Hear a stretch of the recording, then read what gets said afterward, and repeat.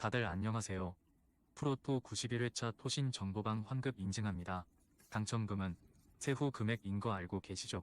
다들 아시겠지만 한 경기 취소되어 당첨금이 반토막 났지만 그래도 당첨 모두 축하드리며 오늘 경기도 분석 시작해보겠습니다. 금일 첫 번째 경기 르아브르 대 툴루즈 분석 시작해 보겠습니다. 르아브르는 최근 4연패를 당하며 강등권 언저리로 추락했다. 네이션스컵을 다녀온 모하메드 바요를 비롯해 안드레 아예우 등 베테랑 공격수들이 있긴 하지만 골 결정력 저하로 골이 안 나오고 있고 투레의 중원 영향력도 기대 이하다.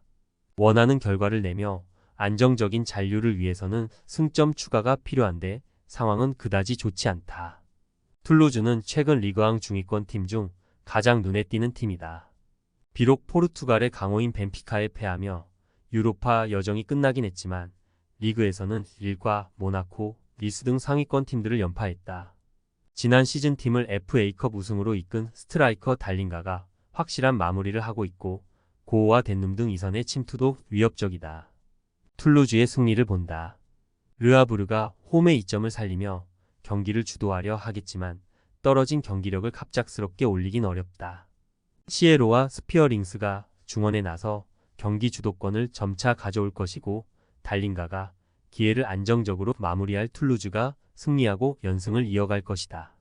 금일 두 번째 경기 메스 대 클레르몽 분석 시작해 보겠습니다.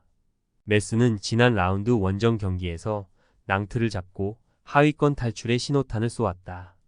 연패를 당하며 강등권으로 추락한 최근이었는데 쉽지 않은 팀을 원정에서 잡았다. 최근 최전방에 중용되고 있는 미카우 타제의 골이 터졌고 측면의 지배자인 우돌이 다시 한번 골맛을 봤다.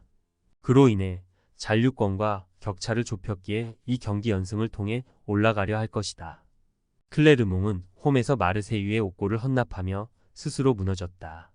수 시즌 전 승격한 이후 만만치 않은 전력을 자랑하며 리그왕에 연착륙했는데 다시 2부로 추락할 위기에 처했다. 아직 10경기가 남은 상황이기에 기회는 충분하지만 최근 경기력만 두고 보면 강등권 탈출이 쉽지 않아 보인다. 메스의 승리를 본다. 클레르몽은 가스티eng의 중원 영향력이 줄어들며 최종 수비 보호가 되지 않고 있다. 플로렌트와 펠마르드 등 수비진의 불안한 맨마킹도 문제다. 케르크호프와 디디에르의 측면 지원이 있을 것이고 미카우 타제가 경기 내내 적극적으로 공격을 이끌 메스가 승리할 것이다. 금일 세 번째 경기 스트라스부르 대 AS 모나코 분석 시작해 보겠습니다. 스트라스부르는 지난 라운드에서 몽펠리에 상대로 원정 승점을 따냈다. 그러나 5경기 연속 멀티 실점을 했고 그 기간 승점 1점 추가에 그쳤다. 시즌 초반 승점 관리를 잘했기에 강등권과 격차를 두고 있긴 하지만 이런 상황이 이어지면 잔류를 낙관할 수 없기에 홈에서 최대한 승점을 따내야 한다. 강팀인 모나코 상대로는 수비에 치중하며 엠마누엘과 바크와를 앞세워 역습으로 골을 노릴 것이다. 모나코는 지난 라운드에서 파리 생제르맹 상대로 승점 1점을 따냈다.